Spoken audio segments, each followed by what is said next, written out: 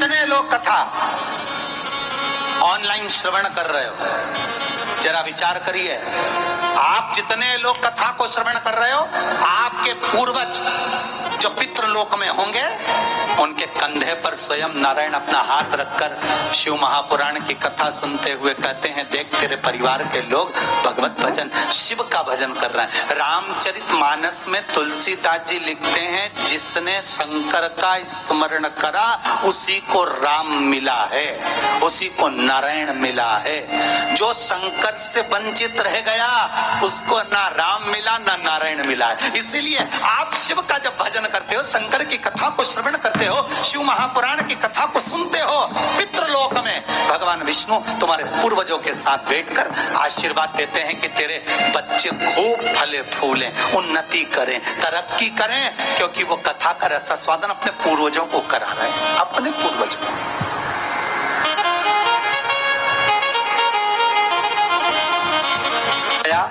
वो परख गया, नहीं परख आया तो हो जाए, समय समय की बात है। ये तो एक व्यक्ति को चमकदार पत्थर मिल गया, उसने चमकदार पत्थर को उठा लिया, उठाया, उसने सोचा कितना जोरदार चमकदार पत्थर है, इस पत्थर को रख लेता हूँ। रखा तो मन में सोचा क्या करूंगा, मेरे पास में गधा है ना, उसके गले में डाल दूंगा। बेचारे गधे को आज तक मैंने कुछ भी गिफ्ट नहीं दिया, तो गधे को भी प्रसन्नता होगी कि मुझे मेरे सेठ जी ने गिफ्ट दिया। अब कुमार ने वो जो पत्थर था चमकदार, वो गधे के गले में डाल दिया। अब गधे के गले में इतना जोरदार चमके वो पत्थर, एक व्यक्ति वहां से आ रहा था। अब वो व्यक्ति जो आ रहा था वो हीरे जेवरात का जोहरी था, उसने वो पत्थर को पहचान लिया। पत्थर को पहचाना तो इसको बुलाया, इधर आ। कुम्हार आया, हाँ बोलो साहब, क्या है तेरे गधे के गले में? एक चमकदार पत्थर है साहब। उसने हाथ लगाकर देखा, ये तो कोहिनूर हीरा है, पर ये कुम्हार को नहीं मालूम कि ये हीरा है। अगर इसको मालूम होता तो ये गधे के गले में नहीं डालता। इसने कहा एक काम करो, ये हीरा हमको दे दो। इसने कहा ये पत्थर हमको दे दो। कुमार ने कहा काय को दे?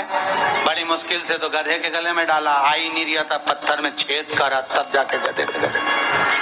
और तुम कह रहे हमको दे दो, हम तुमको 10,000 रुपए देंगे। उसने सोचा 10,000 रुपए में पत्थर, इससे तो रहने दो साहब, हम तुम्हारे गधे के गले में ही अच्छा, कौन खोले फिर तुमको दे, 10,000 तुम्हारे पास रखो। समझ ले, अभी भी कह रहा हूं। इसने मन में सोचा, कंजूस तो था ये जोहरी भी, इसने सोचा 10,000 में दे देगा और मिल जाएगा, मैं लाखों करोड़ों में बेच दूंगा। और वो 10,000 में, उसने कहा मैं तो नहीं दे रहा, मेरे गधे के गले में ही अच्छा। ये चला आगे, जोहरी इसके पीछे पीछे चला, कभी तो मन करेगा 10,000 में दे ही देगा, कुमार है, जानता क्या है। आगे गया तो एक और जोहरी मिल गया। उस जोहरी ने देखा हीरा गधे के गले में। इसने कहा ले, मैं तुझको 50 लाख रुपए देता हूं, ये पत्थर मुझे दे दे। उसने 5 मिनट में 50 लाख में वो पत्थर दे दिया और पीछे आने वाला जोहरी सिर मलता रह गया। उसने वो पत्थर लिया और राजा के यहाँ ले जाकर दे दिया और एक राज्य का पूरा राज्य ले लिया,